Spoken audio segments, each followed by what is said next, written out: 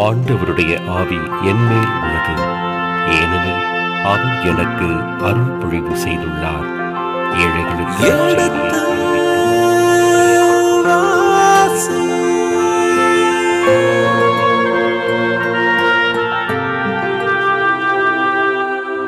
எடுத்து வாசி.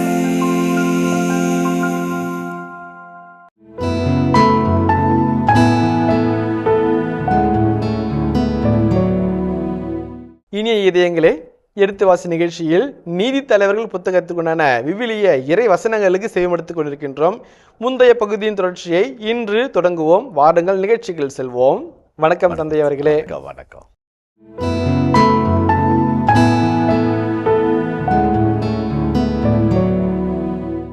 டானிட்ஸ் இந்த தான் குலத்தார் ஆப்பர்ச்சுனிஸ்டிக்காக இருக்கிறாங்க, சந்தர்ப்பவாதிகளாக இருக்கிறாங்க.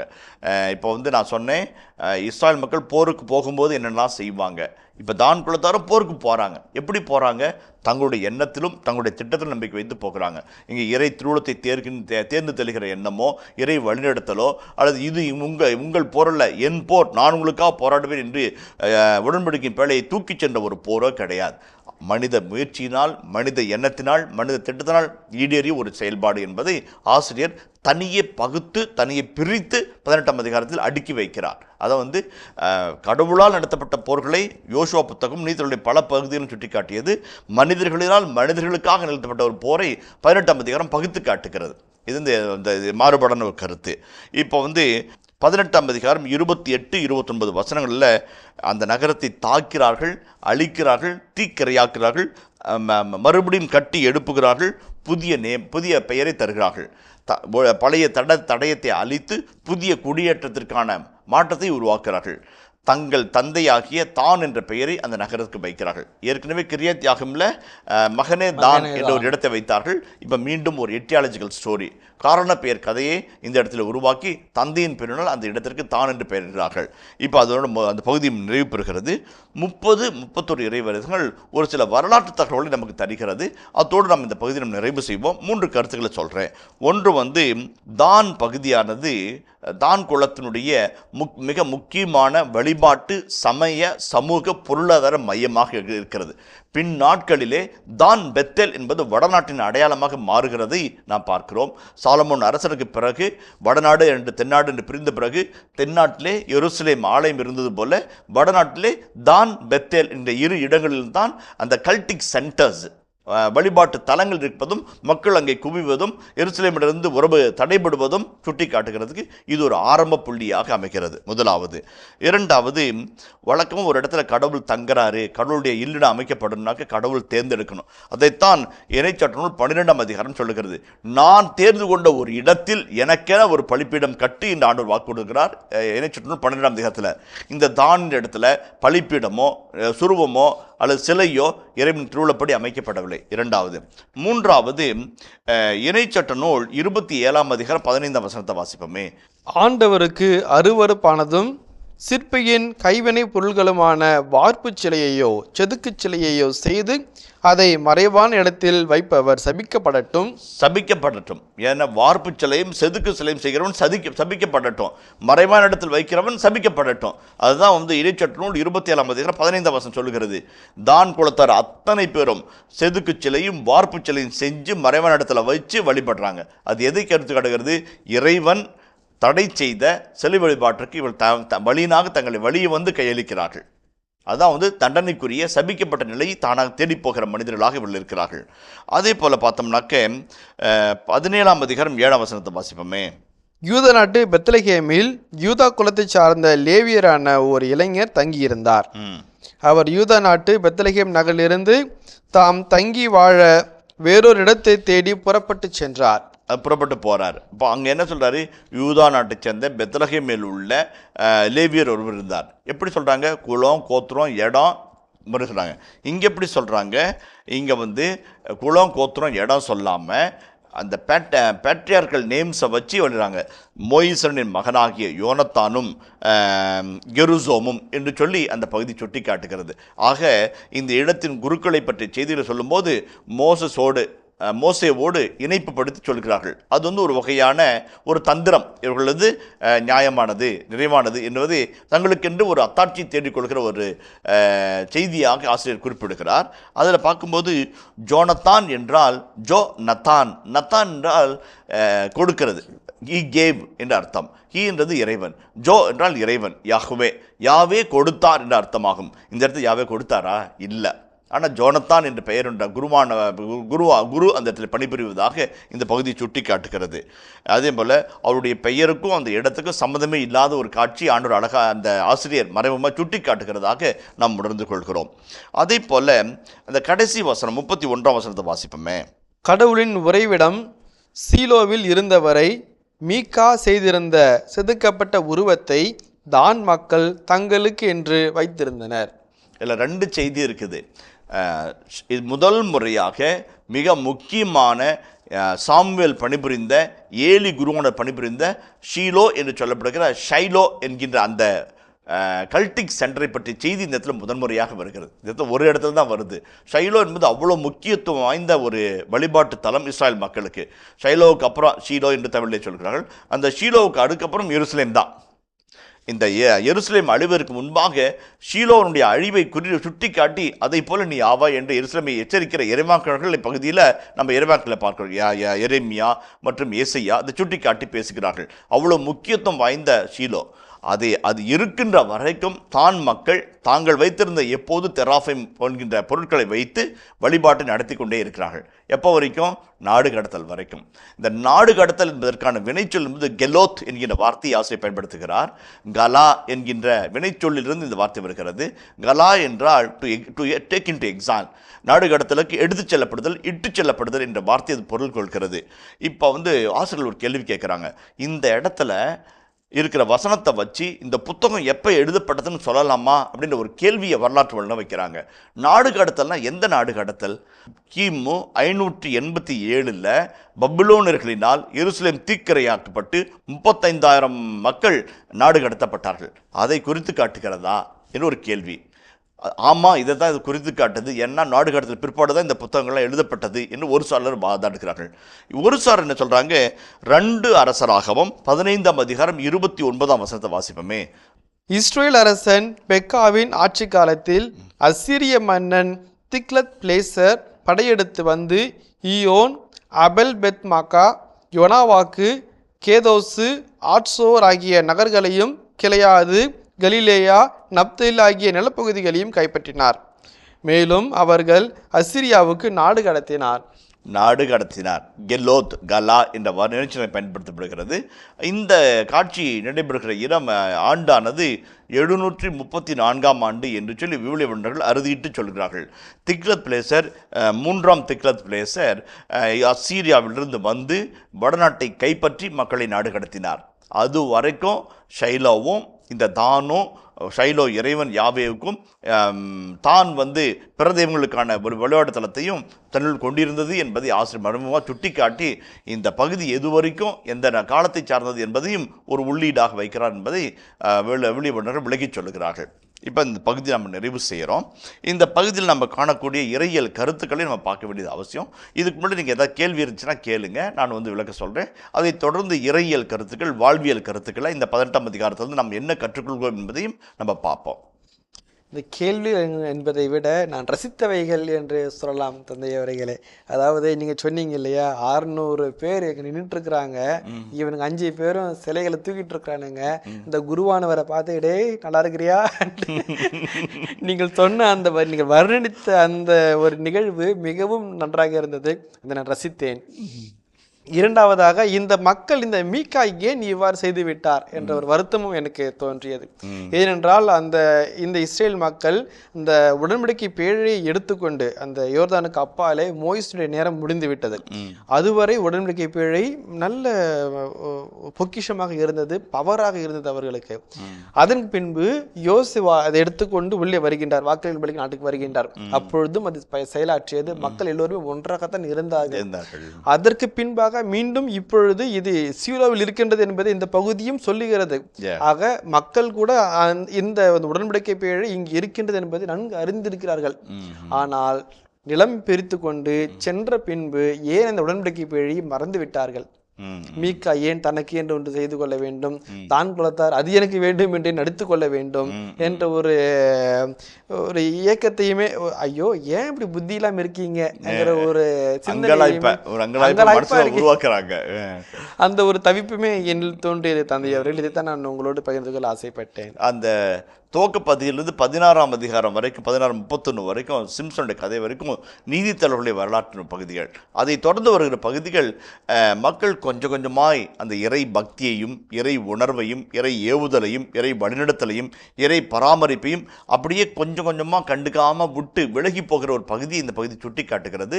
17, 18 ஆகிய இரு பகுதிகளும் மீகானுடைய ஒரு வரலாற்று பகுதியை நம் கண்பகா பாட்டி மக்களுடைய மனநிலை, மக்களுடைய செயல்பாடு, ஆண்டவனை மறந்த நிலை, தங்களுக்கென்று தாங்களே நல்லதையும் தீமையும் தீர்மானித்துக் கொள்கிற ஒரு ஒழுக்க நீதிக்கு உட்படாத தன்மையை இந்த பகுதி சுட்டி காட்டுகிறது. அடுத்து வருகின்ற 19ஆம் அதிகாரம் கூட அப்படிப்பட்ட ஒரு செய்தியை 19, 20 ஆகிய இரு அதிகாரங்களும் எப்படி இந்த ஒட்டுமொத்த இஸ்ராயல் கூட்டமைப்பு 12 கோத்திரங்களுடைய கூட்டமைப்புடைய தன்மையை குறைக்கிறார்கள், இறைவனுடைய செய்தியை மறக்கிறார்கள், இறைவனுடைய ஏவுதலால் உருவாக்கப்பட்ட இந்த 12 கோத்திரங்களுடைய ஒற்றுமையை சிதைக்கிறார்கள் என்பதை இந்த பகுதியெல்லாம் சுட்டி காட்டுகிறது. இது எதை எதிர்க்கும் போதும் இப்படியெல்லாம் ஆனதுனால எல்லாத்தையும் ஒருமுகப்படுத்தி எல்லாத்தையும் ஒருநிலைப்படுத்தி ஒரு நிலையான ஆட்சி கொடுக்க ஒரு அரசன் தேவை என்கின்ற அந்த மன்னராட்சியை நோக்கிய ஒரு தன்மைக்கு இந்த பகுதி இட்டு செல்கிறது. ஒரு அரசன் வந்தால் தான் இவங்கெல்லாம் திருந்துவாங்க, ஒரு அரசன் வந்தால் தான் இவங்களெல்லாம் கண்ட்ரோல் பண்ண முடியும் என்கின்ற மன்னராட்சியை மறந்து கூட்டமைப்பு ஆட்சிக்கு வந்தவங்க மறுபடியும் மன்னராட்சிக்கு போகிற ஒரு கதை. தீசிஸ், ஆன்டி தீசிஸ், சிந்தசிஸ் என்கின்ற ஒரு நிலைக்கு அவர்கள் கடந்து போகிறதை இந்த பகுதி கொஞ்சம் கொஞ்சமாக அழகாக நமக்கு இன்சினுவேட்டிங்காக அப்படியே குவாய்ட்டாக இன்ட்ரடியூஸ் பண்ணுது. அதான் நம்ம பார்க்க வேண்டிய கருத்துக்கள். தந்தை அவர்களே, இந்த 18ஆம் பிரிவுக்கு உண்டான விவிலிய விளக்கங்களையும் அதில் நாங்கள் எங்களுக்கு எழுந்த ஒரு சில தெளிவுகளையும் அழகாக வழங்கியிருக்கின்றீர்கள். இதில் இன்னும் நாம் அதிகமாக அறிந்து கொள்ள வேண்டிய அந்த இறையியல் கருத்துக்கள் ஏதேனும் இருக்கின்றதா? என்னுடைய பார்வையிலே என்னுடைய அன்றாட வாழ்க்கையிலே எனக்கு வேண்டிய திருத்தங்கள் ஏதாவது இருக்கின்றதா என்பதையெல்லாம் நாங்கள் அறிந்து கொள்ள ஆர்வமாக இருக்கின்றோம். கார்ல் பார்த் என்கின்ற ஒரு அழகான விவிலிய ஆசிரியர் மற்றும் இறையியல் பேராசிரியர் ஒருவர் இருக்கிறார். மிக அற்புதமான மனிதர். அவர் பைபிளை எப்படி வாசிக்கணும் என்பதற்கு ஒரு விளக்கம் சொல்கிறார். எப்படி பைபிளை வாசிக்கணும்னா, ஒரு கையில் பைபிள், இன்னொரு கையில் நியூஸ் பேப்பர் அப்படிம்பார். Have a news paper in one hand, another hand you have Bible, read it அப்படிம்பார். எதுக்கு சொல்கிறார் அப்படின்னாக்க, அன்றைய உலகம் இன்றைய உலகம், அன்றைய இறைவன் இன்றைய போராட்டம், இதுக்கான விடையாகத்தான் விவிலியத்தை பார்க்க வேண்டும் ஒழிய விவிலியம் வேறு வாழ்க்கை வேறு என்று பகுத்து பார்க்கக்கூடாது என்று கார்ல் பார்த் அழகாய் அடிக்கோடிட்டு சொல்வார். மிக அழகான ஒரு வாக்கியம். என் வகுப்பில் மாணவர்களுக்கு அடிக்கடி சொல்கிறது, நியூஸ் பேப்பரை படிக்கிறோம், செய்திகளை வாசிக்கிறோம், குறுஞ்செய்திகளை வாசிக்கிறோம், நாட்டு நிகழ்வுகளை தெரிவிக்கிறது மிக மிக முக்கியம். எவ்வளோ முக்கியம், விவிலியத்தை வாசிக்கிறது போல முக்கியம் என்று அடிக்கடி சொல்வது உண்டு. அந்த வகையில் பார்க்கின்ற பொழுது இந்த 18ஆம் அதிகாரம் சற்று மேலோட்டமான நிலவியல், பூகோள, அது தான் குலத்தாரின் குடியேற்ற செய்திகளை சொல்லுவதாக இருந்தாலும் கூட வாழ்க்கைக்கு சொல்லும் பாடங்கள் மிக அற்புதம், மிக அழகானவை. செவிட்டில் அரைந்தது போன்ற ஒரு சில கருத்துக்கள் ஆசிரியர் உள்ளீடாக வைத்திருப்பதை நாம் கண்டுகொண்டோம் என்று சொன்னால், நாம் செலவிட்ட இந்த 2-2.5 மணி நேரத்திற்கான பலனை நாம் மக்களுக்கு கொண்டு போய் சேர்ப்போம் என்பது உறுதி. அதை பற்றி ஒரு பகுதிக்குள்ளாக நம்ம கடந்து செல்வோம். இப்போ ஒரு வரலாற்று தகவல்கள் மூலமாக அப்புறம் வாழ்க்கை தகவலுக்குள்ளாக வருவோம். சாலமோன் மன்னன் மாபெரும் மன்னனாக, ஞானத்தின் இருப்பிடமாக, இறைவனின் ஆசி பெற்றவராக இஸ்ராயலில் ஆட்சி செய்தார். அதற்கு பிறகு அவருடைய வரி சுமையினாலும் கட்டிட பணியினாலும் அல்லது நிர்வாகமற்ற ஒரு தன்மையினாலும் நாடு இரண்டாக பிறந்த வடநாடு என்றும் தென்னாடு என்றும். தென்னாடு என்பது யூதா எருசலேமை தலைநகராக கொண்டு பிரிந்து போனது. வடநாடு என்பது 10 கோத்திரங்களை உள்ளடக்கியதாக வடநாடு தனியாக வந்தது. இந்த வடநாட்டுக்கென்று ஒரு முகவரி, அடையாளம் என்று சொன்னால் 2 நகர்களை இன்றைக்கு வரைக்கும் விவிலியம் சுட்டி காட்டுகிறது. தான், பெத்தேல் என்று. பெத்தேல் என்றால் ஹவுஸ் ஆஃப் காட், இறைவன் வாழும் இல்லம். பெத்தேல் என்கிற நகரம் அந்த இறைவனுடைய இல்லமாக மாறுகிறது. மக்கள் வழிபாட்டிற்கும், மக்கள் பழி செலுத்துவதற்கும் அல்லது இன்னும் பிற நேர்ச்சிக்கடன் நடத்துவதற்கும் அங்கே கூடுவார்கள். அதற்கு அடுத்தபடியாக இருப்பது தான். தான் குலத்தார் குடியேறிய அந்த லாயிசு நகரை சார்ந்த பகுதி தான் குலத்தாருடைய வழிபாட்டு தலமாக மாறுகிறது. தான்ற பகுதியை அந்த 18 அதிகாரங்கள் சும்மா அழகாக சொன்னாலும் கூட பின்னாளில் மிக வரலாற்று முக்கியத்துவம் பெற்ற பகுதியாக அந்த தான் பகுதி அமைகிறது, தான் குலத்தாரின் பகுதி அமைகிறது என்பதற்கு இந்த 17-18 அதிகாரங்கள் அத்தாட்சியை அமைகிறது. பின்னாளின் செய்திகளுக்கு முன்னாளுடைய கட்டியமாக இந்த பகுதியை நம்ம பார்க்குறோம். இது முதல் கருத்து, வரலாற்று செய்தி. விடுதலை பயன் நூல் 32ஆம் அதிகாரத்தில் நம்ம இந்த கோல்டன் காஃப், அந்த கன்றுக்குட்டியை செய்து சிலை வழிபாடு செய்கிறதும் அதற்கு ஈடான ஒரு இணையான ஒரு குற்றத்தை ஜெரோவாம் செய்கிறதையும் இந்த தான் பெத்தல் வழிபாட்டு தலங்களை உருவாக்குவதன் மூலமாக செய்கிறது என்பதை வரலாற்று ஆசிரியர்கள், இணைச்சுட்ட வரலாற்று நூல் ஆசிரியர்கள் குறிப்பிட்டு காட்டுகிறார்கள். அந்த வகையில் பின் நாட்களில் தானும் பெத்தலும் கடுமையாக விமர்சனத்திற்கும் கடுமையான சாடலுக்கும் இறைமாக்களுடைய சாபத்திற்கும் உள்ளாகின்ற பகுதிகளாக மாறுகிறது. அப்போ அந்த வரலாற்று முக்கியத்துவம் பெற்ற, விவிலியத்தில் மிக முக்கியத்துவம் பெற்ற, மீட்பு திட்டத்தில் மிக முக்கியத்துவம் பெறுகிற ஒரு தான் பகுதியை நாம் கடந்து வைக்கும் மறந்துவிடக்கூடாது. இது முதல் பகுதி. இரண்டாவது வரலாற்று செய்தியாக இணைச்சட்ட வரலாற்று நூலாசிரியர் யோசுவா தொடங்கி நீதித்தலைவர்களில் வருகின்ற ஒரு செய்தி என்னன்னா, இறைவனுக்காக ஒன்றித்து இறைவனின் பெயரால் போரிட்டு இறைவனின் பெயரால் வாக்களிக்கு படத்தை பகிர்ந்து 12 கோத்திரங்களாக அமைத்து கூட்டமைப்பு ஆட்சியாக வாழ்கின்ற அந்த அன்பு சமூகம், இறை சமூகம், நீதியின் சமூகம் கொஞ்சம் கொஞ்சமாய் கடவுளை மறந்து கொஞ்சம் கொஞ்சமாய் பாவத்தை பற்றி கொண்டு போகிற ஒரு கனானேய வழிபாட்டு திரைக்கு தன்னை கையளிக்கிற ஒரு விழிப்புணர்வு அற்ற ஒரு நிலையை இந்த பகுதி சுட்டி காட்டுகிறது. நான் சொன்னேன், அந்த நீதித்தலைவருடைய புத்தகங்கள் 16ஆம் அதிகாரம் வரைக்கும் வருகிறது. நீதி தலைவர்கள் இறைவனின் ஆணைக்கு உட்படி ஆவியினால் தூண்டப்பட்டு மக்களை வழிநடத்தி பல்வேறு விதமான நிகழ்வுகளை நிகழ்த்தி காட்டுகிறார்கள். அதுக்கப்புறம் கொஞ்சம் கொஞ்சமாக அப்படியே மறுதளிச்சு அப்படியே கழுத தேஞ்சி கட்டருமான கதையாக கொஞ்சம் கொஞ்சமாக அந்த கடவுள் பற்றிய பற்றும் கடவுளை பற்றிய பற்றுறுதியும் இழந்து போகிற ஒரு தன்மையை, இந்த slow process of canonisation is being taking place. அதான் அந்த வரலாற்று ஆசிரியர்கள் சொல்லுகின்ற அழகான ஒரு செய்தி. அதை நம்ம பார்க்கணும். இதில் 3 விதமான எதிர்விளைவுகள். ஒன்று, எகிப்திய பார்வோனின் அடிமைத்தனத்தில் அல்லலுற்று தவித்த மக்கள் இப்படிப்பட்ட ஒரு முடியாட்சியும் கொடுங்கோல் ஆட்சியும் வேண்டாம் என்று சொல்லி யூதேய மலைநாடுகளில் தஞ்சம் புகுந்து 12 கோத்திரங்களாக பிரித்து அரசன் இல்லை, ஆள்பவன் இல்லை, வரி இல்லை, வரி சுமை இல்லை, யாரையும் கட்டாயப்படுத்தக்கூடாது, கட்டாய இராணுவ சேவை இல்லை, ஒருவருக்கு உதவி செய்வதும் பகிர்ந்து வாழ்வதும் நமது கூட்டாட்சி தத்துவமாக அமைய வேண்டும் என்று சொல்லி யோசுவா மற்றும் நீதித்தலைவர் புத்தகங்களில் ஒரு கூட்டாட்சி அமைப்பு உருவாக்குறாங்க. அது பலமிழந்து போகிறது, வலுவிழந்து போகிறது. அதனுடைய நெறிமுறைகள், சித்தாந்தங்கள் பயனற்றவையான போய்விட்டதோ என்கிற ஒரு கேள்வியை நம் கண்பாக இந்த பகுதிகள் 18ஆம் அதிகாரம் நம் கண்பாக வைக்கிறது. 3 கருத்துக்கள் அதுக்கு சொல்கிறாங்க. ஒன்று ஒருவருக்கு உதவும், ஒருவருக்கொருவர் தாங்கி பிடிக்கும் ஒரு மணல் இல்லாமல் போகிறது. இந்த மியூச்சுவல் எய்டுன்னு நம்ம சொன்னோம் ஆங்கிலத்தில், அந்த சகோதரத்துவ பகிர்தல் அங்கே இல்லாமல் போகிறது முதலாவது. இரண்டாவது, there is no witnessing aspect. ஒருவருக்கொருவர் சாட்சியாய் இறைவன் எனக்கு நல்லது செய்தார், நான் உனக்கு நல்லது செய்கிறேன் என்கிற ஒரு தன்மை இல்லாமல் வலுவழுது பிழைத்துக் கொள்கின்ற கருத்து மேலோங்கி வருகிறதை இந்த அதிகாரம் நமக்கு சுட்டி காட்டுகிறது.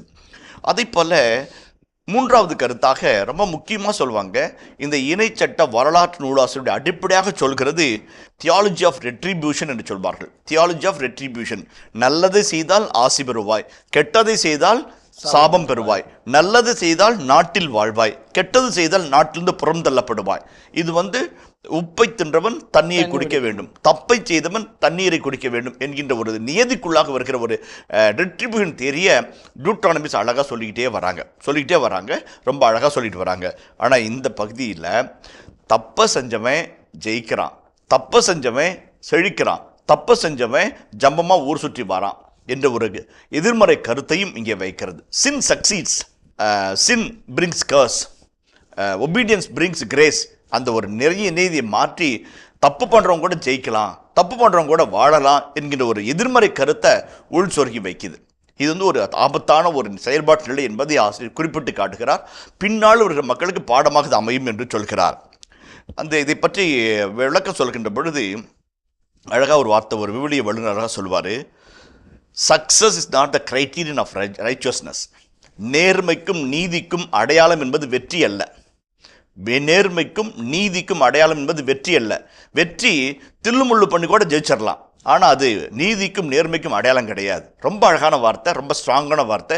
இன்றைய இந்திய சூழலுக்கு மிக பொருத்தமான ஒரு செய்தியாக இருக்கிறது. வெற்றி என்பது நீதிக்கும் நேர்மைக்குமான ஒரு அடையாளம் அல்ல. மாறாக உண்மையான வெற்றி என்பது ஒட்டுமொத்த மக்களுடைய வெற்றியாக, ஒட்டுமொத்த மக்களின் வளர்ச்சியாக அமைய வேண்டும் என்பதைத்தான் ஆசிரியர் குறிப்பிட்டு காட்டுகிறார். உதாரணத்துக்கு பார்ப்போமே, நிறைய இடத்துல பார்ப்போம். 2 சாமுவேல் 11ஆம் அதிகாரத்தை நம்ம பார்க்க இருக்கிறோம். அதை முன்னாடி சொல்கிறேன். 2 சாமுவேல் 11ஆம் அதிகாரத்தில் தாவீது உரியாவின் மனைவியோடு விபச்சாரம் செய்கிறார். ஆனால் அந்த தப்பை எப்படி மறைக்கிறதுன்னு தெரியாமல் தடுமாறுறாரு. கடைசியில் தப்பை மறைச்சு ஜெயிச்சிடுறாரு. என்ன ஜெயிக்கிறாரு? யோவாபுக்கு கடிதம் எழுதுறாரு, உரியாவை அனுப்புகிறாரு, சைலன்ஸ் பண்ணுறாரு, பெத்செபாவை தன் மனைவியை ஆக்கிக்கிறாரு, படை வீரர்களை சைலன்ஸ் பண்ணிடுறாரு, எல்லாம் பண்ணிடுறாரு. அந்த அதிகாரம் முடிஞ்சிருச்சு. 11ஆம் அதிகாரம் முடிஞ்சிச்சு. கடைசியில் ஒரு வசனம் இருக்கும், தாவீது செய்த இந்த செயல் ஆண்டவருக்கு உகந்ததாக இல்லைன்னு வசனம் முடிச்சிடுவார். அது ஆசிரியர் முடிச்சிடுவார். ரொம்ப அழகாக சொல்லுவார். நீ ஜெயிச்சுட்ட அப்படின்னால நீ சரியானவன்னு சொல்ல முடியாதுடா அப்படின்னு அழகாக சொல்லுவார். அதுக்கப்புறம் தான் அப்போ தான் நான் பசங்கள்கிட்ட கிளாஸில் கூட சொல்லுவேன், when the action of man ends, action of God begins அப்படின்னு சொல்லுவேன், அடிக்கடி சொல்லுவேன். இப்போ இந்த தாவீதை செய்ய விட்டு கடைசீட்ட சாமி அவருடைய செயல்பாட்டை ஆரம்பிப்பார். அதுதான் பபிலோனியனுடைய ஒரு அழகான கோட்பாடு. இப்போ இந்த தான் குலத்தார் குடியேற்றத்துக்கு முன்பாக அச்சுறுத்தல், அடக்குமுறை, வன்முறை, வக்ரம் அல்லது வன் சொல் இவைகளினால் வெற்றியை தேடி போகிறார்கள். வெற்றியாளராக மாறுகிறார்கள். லாயிஸ் நகரை வென்றார்கள், குடியேறினார்கள், தீக்கிரையாக்கினார்கள், மறுபெயர் வைத்தார்கள், நகரை மீண்டும் கட்டி எழுப்பினார்கள், நாள் மல்க வாழ்ந்தார்கள். அது நியாயமா என்ற ஒரு கேள்வி ஆசிரியர் வைக்கிறார்.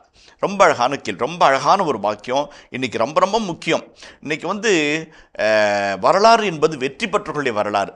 Victory is nothing but history of the successful people, victorious people. எளியவர்கள், சாமானியர்கள், அடித்தட்டு மக்கள், புறந்தள்ளப்பட்ட மனிதர்கள், இவருடைய வார்த்தையும் வாக்குமூலமும் குரலும் எங்கேயுமே கேட்கப்படுவது கிடையாது. அது நீதியின் வரலாறு அல்ல, அது நியாயத்தின் வரலாறு அல்ல, நேர்மையின் வரலாறு அல்ல. எங்கே ஒட்டுமொத்த வளர்ச்சி, ஒட்டுமொத்த சமத்துவம் வருகிறதோ அதுதான் உண்மையான வளர்ச்சி, உண்மையான வெற்றி என்பதை ஆசிரியர் அடிக்கோடிட்டு சொல்கிறார். தான் மக்களுடைய அடக்குமுறை, வன்முறையினால் வருகின்ற வெற்றி நியாயமானதா என்ற ஒரு கேள்வி எனக்கு முன்பாக வைக்கிறார். நான் இப்படி போடுறேன், உங்கள்கிட்ட பணம் இருக்குது, ஏழைங்கிட்ட பணம் இல்லை. ஆனால் பணத்தினால ஏழைகள் நீங்கள் அடிக்கலாம், நீங்கள் ஜெயிக்கலாம். ஆனால் நீங்கள் ஜெயிச்சவங்களாம் இல்லை, கிடையாது. உண்மையில் நீங்கள் தோற்றவர்கள். ஏனென்றால் பணத்தினாலும் புகழினாலும் பதவியினாலும் ஆஸ்தினாலும் அந்தஸ்தினாலும் எளியவர்களை நசுக்கி பெறுகிற வெற்றியே அல்ல என்பதை இந்த பகுதி அழுத்தம் திருத்தமாக சொல்லுது. அதே போல ஏழைகளுக்கும் எளியவருக்கும் சார்பாய் நில்லாதவர்கள் இறைவனுக்கு எதிராக இருக்கிற இந்த செய்தியையும் முன்னீடாக, இறைவாக்கு புத்தகங்களுக்கு முன்னீடாக இந்த பகுதி புலப்படுத்தி காட்டுகிறது. இது இந்த அழகான கருத்தை நம்ம மறந்துடக்கூடாது. அதே போல ஒவ்வொருவரும் தாங்கள் விரும்பியதை செய்ய ஆரம்பிக்கிறார்கள். அதான் போப் பெனடிக்ட் 16 அறிவின் மனிதர். போப் பிரான்சிஸ் அவர்கள் உணர்வின் எளிமையின் மனிதர் என்றால் அவர் அறிவின் அவ்வளவு இன்டலெக்சுவல். போப் பெனடிக்ட் 16 வாக்கியங்களை படிக்கிறதுக்கு நமக்கு கமெண்ட்ரி தேவை. சொன்னது அவ்வளோ ஈஸியாக புரியாது, அவ்வளோ அர்த்தம் இருக்கும். அவர் சொல்லும்போது மிக அழகான ஒரு வார்த்தை சொல்வார். The sin of the modern world is relativism என்று சொல்வார்கள். எனக்கு பிரியமானதை நான் செய்கிறேன், உனக்கு என்ன என்கிற ஒரு மனப்பக்குவம் ஒவ்வொரு இடத்திலும் ஒவ்வொரு விதத்திலும் உட்பொண்டு வந்துக்குது. கணவன் மனைவிக்கிடையே, பிள்ளைகள் பெற்றோருக்கிடையே, முதலாளி தொழிலாளிக்கிடையே, தொழிற்சங்களுக்கிடையே. அந்த ரிலேட்டிவிசம் என்பது சமுதாயத்தை கொஞ்சம் கொஞ்சமாக தின்கின்ற ஒரு புற்றுநோயை போல உள்ளே வருகிறது. இனிய இதயங்களே, எடுத்து வாசி நிகழ்ச்சியில் நீதி தலைவர்கள் புத்தகத்துக்குண்டான விவிலிய இறை வசனங்களுக்கு செவிமடுத்துக் கொண்டிருக்கின்றோம். இதன் தொடர்ச்சியை மீண்டும் அடுத்த பகுதியில் பார்ப்போம். அதுவரை இணைந்திருங்கள். இயேசுவுக்கே புகழ், மரியே வாழ்க. ஒவ்வொருவரும் தாங்கள் விரும்பியது போல, தங்களுக்கு பிடித்தமானது போல் நடந்து கொண்டால் இறைவன் எதற்கு, ஒழுக்கம் எதற்கு, திருச்சபை எதற்கு, சட்டம் எதற்கு, வாழ்வியல் நெறிமுறைகள் எதற்கு, பெரியோருடைய மூத்த சொல் எதற்கு? இந்த உலகத்தினுடைய மிகப்பெரிய வாதம் என்பது வலுவுள்ளது பிழைத்துக் கொள்ளும் என்பது.